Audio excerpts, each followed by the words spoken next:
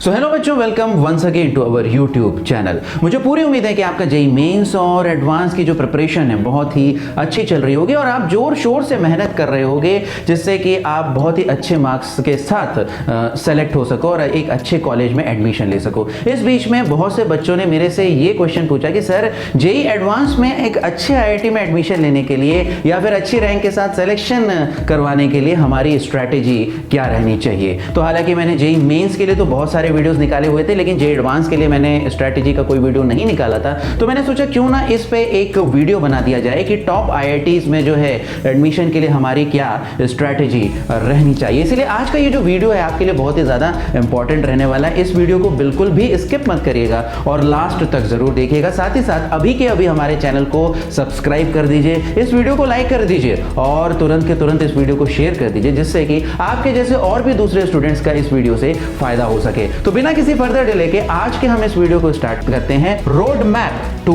Top IIT. तो सबसे पहले बच्चों एक चीज आपको ये समझना है कि there is no replacement to hard work. Hard work का जो है हमारी जिंदगी में कोई रिप्लेसमेंट नहीं होता है। जितनी ज्यादा हम मेहनत करते हैं उतनी ही ज्यादा हमारे जीवन में सक्सेस आती है। तो success is directly proportional to our hard work. इसीलिए यहां पर अगर आपको जेई एडवांस में आईआईटी में अगर आपको एडमिशन चाहिए है तो जेई मेन से भी आपको बहुत ही ज्यादा मेहनत करनी पड़ेगी, क्योंकि जेई एडवांस का जो पेपर रहता है आपको पता है जेई मेंस के पेपर से कहीं ज्यादा टफ रहता है। इसीलिए यहां पर आपको हार्ड वर्क और सैक्रिफाइस के लिए तैयार रहना पड़ेगा और हर रोज कम से कम आपको 12 से 16 घंटे पढ़ने पड़ेंगे।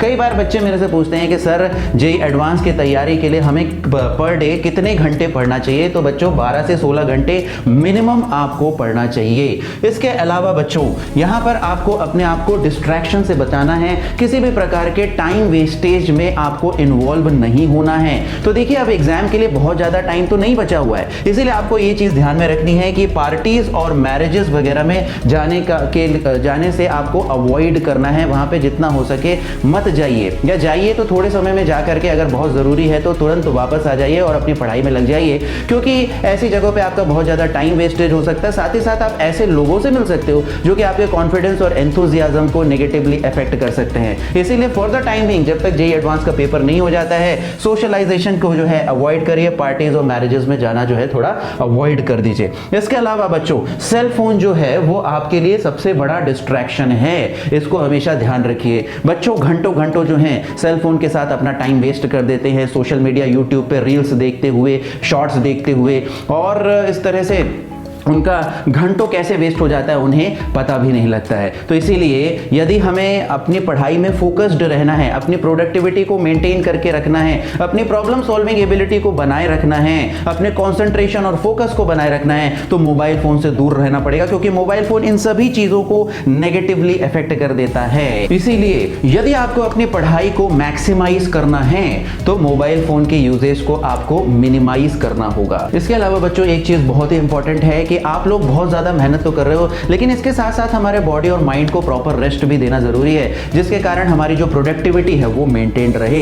इसीलिए बॉडी और माइंड को सफिशिएंट रेस्ट देना भी जरूरी है। इसीलिए आपको 7 से 8 घंटे जो है रेगुलरली पर डे जो है सोना चाहिए। और इसके अलावा हेल्दी डाइट मेंटेन करके रखें। अनहेल्दी डाइट से आपकी हेल्थ खराब हो सकती है। हेल्थ खराब अगर एक बार हो गई तो फिर डेफिनेटली जो आपकी प्रिपरेशन है वो भी इफेक्ट हो जाएगी। तो ये कुछ जनरल चीजें हैं, जनरल बातें हैं जिसको कि आपको ध्यान में रखना है। लेकिन इसमें सबसे इंपॉर्टेंट चीज जो आपके दिमाग में बैठ जानी चाहिए कि there is no replacement for hard work. जितनी ज्यादा मेहनत करेंगे उतनी ही ज्यादा आपको सफलता जो है एग्जाम में मिलेगी। इसके आगे यदि हम जेई एडवांस की प्रिपरेशन कर रहे हैं तो हमें जेई एडवांस का जो क्वेश्चन पेपर पैटर्न है उससे अपने आप को अवेयर कर लेना चाहिए। तो सबसे पहली चीज तो जेई एडवांस के पेपर पैटर्न में ये होती है सर कि इसमें मिक्स्ड कॉन्सेप्ट्स के सवाल आते हैं। इसके बारे में मैं पिछले वीडियो में भी बोल चुका हूं, जो जस्ट लास्ट वीडियो था जिसमें मैंने फिजिक्स का टॉपिक वाइज वेटेज बताया था। उसमें भी मैंने ये बताया था कि कैसे मल्टीपल चैप्टर्स के जो कॉन्सेप्ट्स हैं वो एक ही क्वेश्चन में इन्वॉल्व हो जाते हैं। एक क्वेश्चन में मल्टीपल चैप्टर्स के कॉन्सेप्ट्स यूज होते हैं, अप्लाई होते हैं।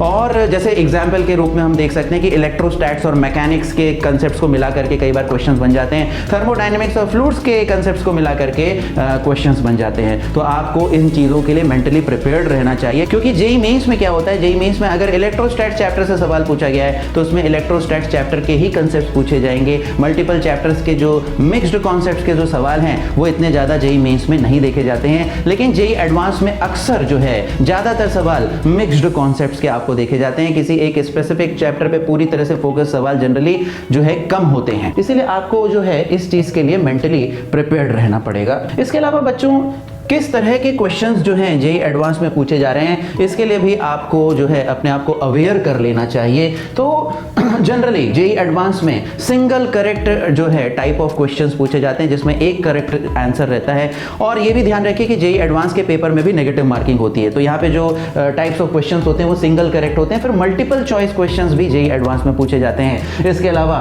न्यूमेरिकल टाइप क्वेश्चंस, ऐसे क्वेश्चंस जिनका जो आंसर है कुछ न्यूमेरिकल रहता है, डेसिमल रहता है, उस तरह के क्वेश्चंस, या इंटीजर, ऐसे क्वेश्चन जिनका आंसर कुछ इंटीजर रहता है, या फिर मैट्रिक्स मैच क्वेश्चन जो कि match the following questions type के होते हैं, या फिर पैराग्राफ बेस्ड क्वेश्चन जहां पे अगर आपको एक पैराग्राफ दे दिया जाता है उस पे बेस्ड फिर कुछ क्वेश्चंस पूछे जाते हैं। तो ये इस टाइप के जो क्वेश्चंस हैं वो जेईई एडवांस में पूछे जाते हैं, और हमें अपने आप को इस तरह के क्वेश्चन से अवेयर कर लेना चाहिए। इस तरह के क्वेश्चंस की प्रैक्टिस हमें कर लेनी चाहिए, क्योंकि अगर हम इस तरह के क्वेश्चंस की प्रैक्टिस नहीं करेंगे तो हो सकता हो फिर एग्जाम में जब इस तरह के क्वेश्चंस आएंगे तो उन्हें सॉल्व करने में हमें डिफिकल्टी हो। इसके अलावा अब कई बार बच्चे पूछते हैं कि सर फिजिक्स, केमिस्ट्री, मैथ्स में हम किस तरह से जेईई एडवांस में तैयारी करें। तो यहाँ पर बहुत ही सिंपल चीज है। एक चीज यहाँ समझ लो बच्चों कि जेईई एडवांस में जरूरी नहीं है कि आप पूरा का पूरा सिलेबस कवर करो, ये जरूरी नहीं है। अगर कर लिया तो बहुत ही अच्छा है, लेकिन जितना भी सिलेबस करो उसको बहुत ही अच्छे से करो। जेईई एडवांस में जेईई मेंस की तरह ऊपर ऊपर से पढ़ने से काम नहीं होता है, केवल फॉर्मूला याद कर लेने से या उसका एप्लीकेशन थोड़ा बहुत समझ लेने से काम नहीं होता है। यहाँ पे सर आपको इन डेप्थ जो है कंसेप्ट्स की अंडरस्टैंडिंग डेवलप करना बहुत ही ज्यादा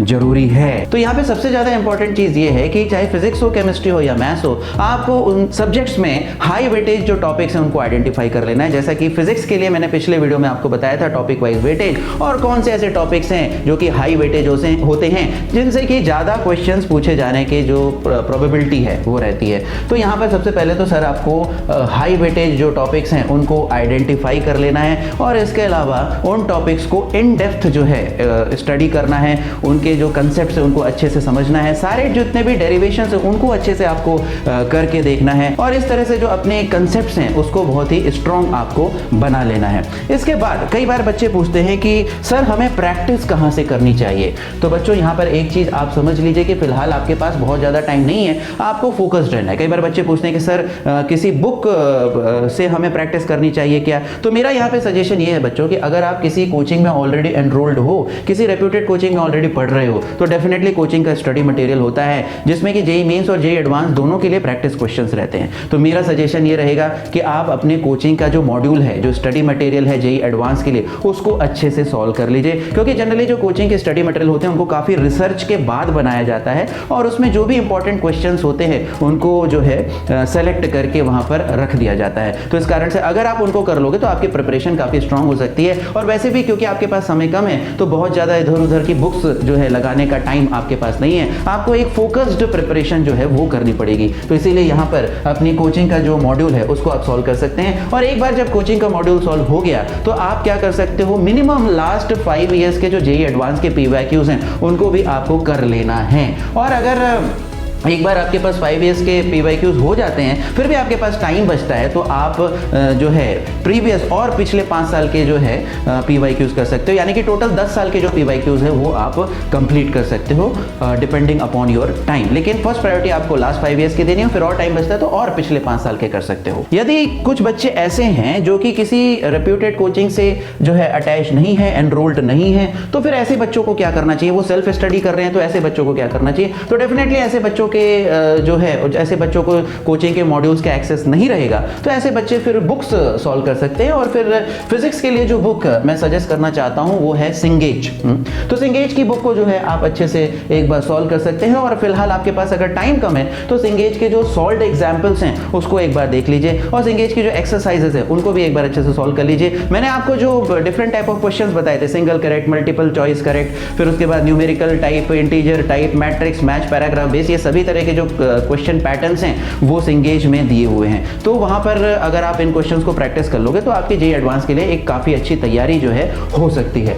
इसके अलावा अगेन जो है आपको प्रीवियस 5 साल के जो PYQs हैं वो करना नहीं भूलना है। तो एक बार यदि आपने इस तरह से कोचिंग के मॉड्यूल या सिंगेज बुक को अच्छी तरीके से सॉल्व कर लिया है, PYQ सॉल्व कर लिए हैं, तो यहाँ पर एग्जाम लाइक कंडीशन में अपने आप को ट्रेन करना, अपने माइंड को ट्रेन करना बहुत ही ज़्यादा ज़रूरी है। इसीलिए यहाँ पर 2 चीज़ें आपको करनी होंगी। एक होगा चैप्टर वाइज जो मॉक टेस्ट है उनको देना होगा, साथ ही साथ फुल लेंथ मॉक टेस्ट इनको भी देना होगा। तो यदि आप किसी रेप्यूटेड कोचिंग में हो तो डेफिनेटली वहाँ पे आपके रेगुलर मॉक टेस्ट तो हो ही रहे होंगे, और यदि आप किसी कोचिंग से एनरोल्ड नहीं हो, अटैच नहीं हो, तो आप ऐसी बहुत सी कोचिंग इंस्टीट्यूशंस हैं जो मॉक टेस्ट जो है टेस्ट सीरीज उनकी अवेलेबल रहती हैं। तो किसी भी जो रेप्यूटेड कोचिंग इंस्टीट्यूशन है उसका आप टेस्ट सीरीज जो है ज्वाइन कर सकते हो और वहाँ पे मॉक टेस्ट दे सकते हो। और ये मॉक टेस्ट देना बहुत ही ज़्यादा जरूरी हो, क्योंकि इसी से जो है आपका एग्जाम लाइक कंडीशंस के लिए ट्रेनिंग हो पाता है। So that's it for this video today.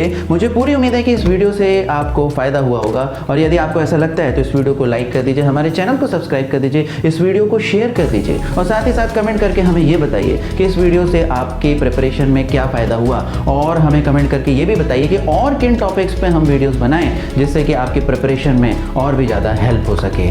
तो मिलते हैं अगले वीडियो में। Till then wish you all the best, take care, bye bye.